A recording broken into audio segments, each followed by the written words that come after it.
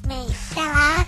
I'm so happy to see you because we have a wonderful solar exposure for you today. You can be looking at Isabel.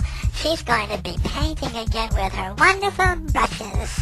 And I know you're probably wondering why my lips aren't moving like the words. It's because in poetry, someone else speaks from inside you. Remember that. That's very important to know. There's always somebody else there. I know you're watching us because we're going to do all the work while Justin keeps talking and talking about some nonsense. But the girls are going to do it. Me and Isabel. She's right in back of me like a shadow. But she's not a shadow. Hey, I'm Patricia Caswell. But one of the fun parts of my job is to get to talk to the most interesting people in Sarasota in the arts. And I have one of them right here with me, Justin Spring. You know, sometimes in my dreams,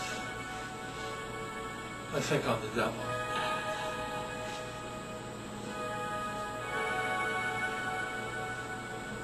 Oh, I'm a nice guy and all of that, but I have these lips that aren't quite right, if you know what I mean.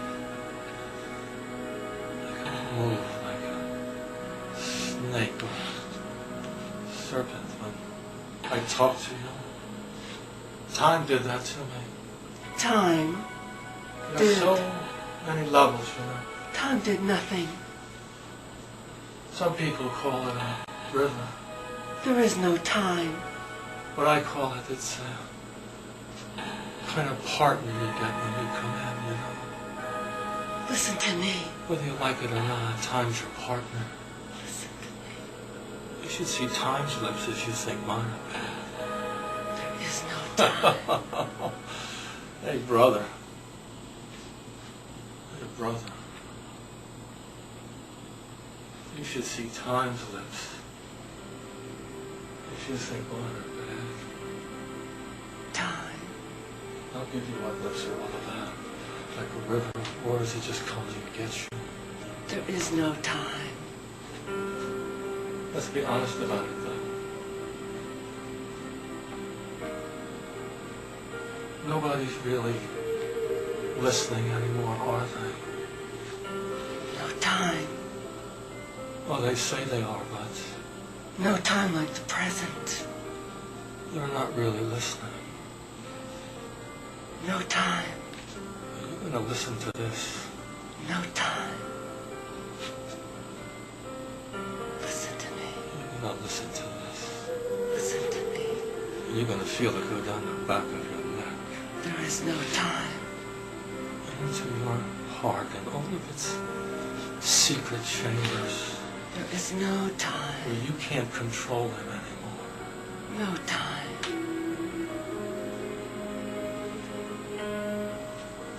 Not anymore.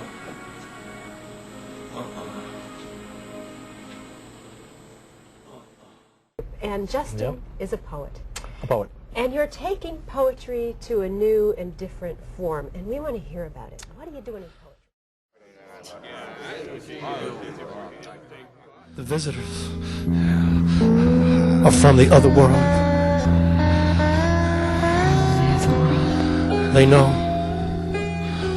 many things. They know.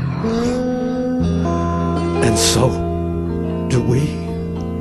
We know. So do we.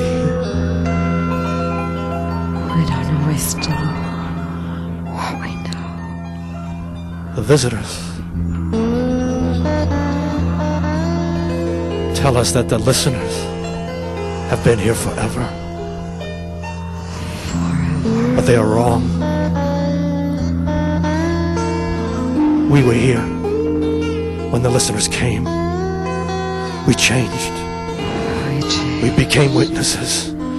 We heard them entering the valley.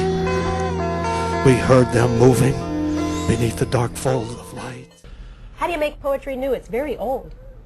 Well, in fact, the thing that we did is we made a form that is a kind of technical version of what poetry was 40,000 years ago, where people used masks and then they painted their bodies and there were many people speaking at once and chanting and moving.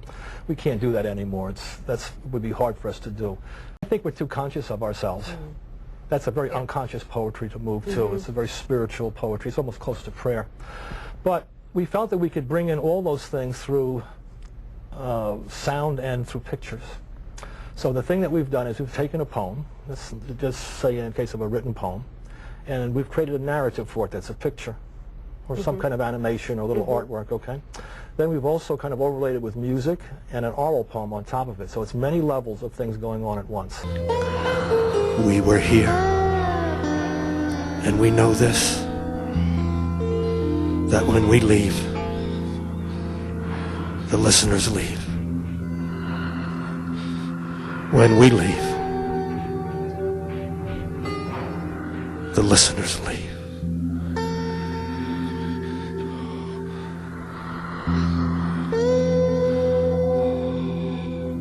The visitors tell us that we are bound to the listeners by promises.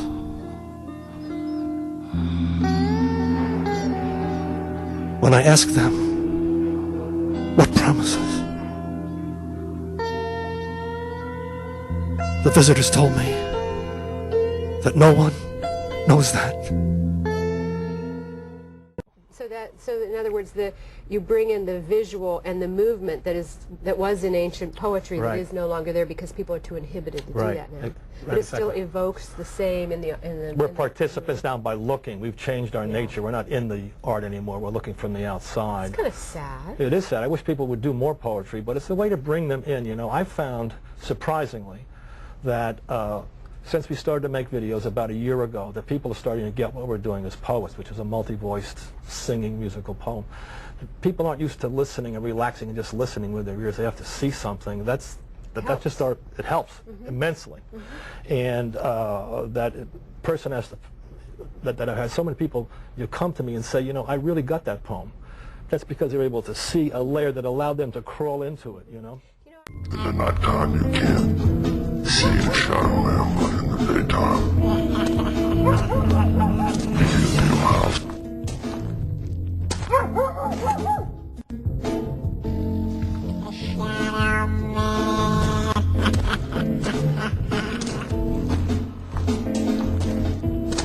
Soul man.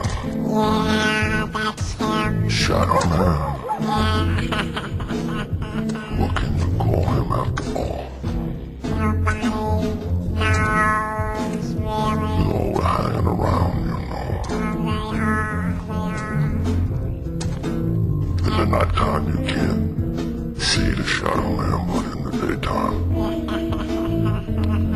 You get to your house, you know. He will. You try every door you can. Unlock 'em all too, baby. Every door. Even inside your head. He's always reaching out to touch you. Come on. Come on.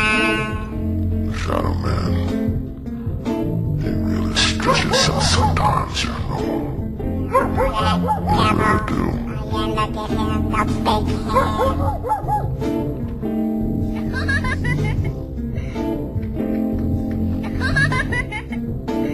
Shadow man, you're not really just a man, you know.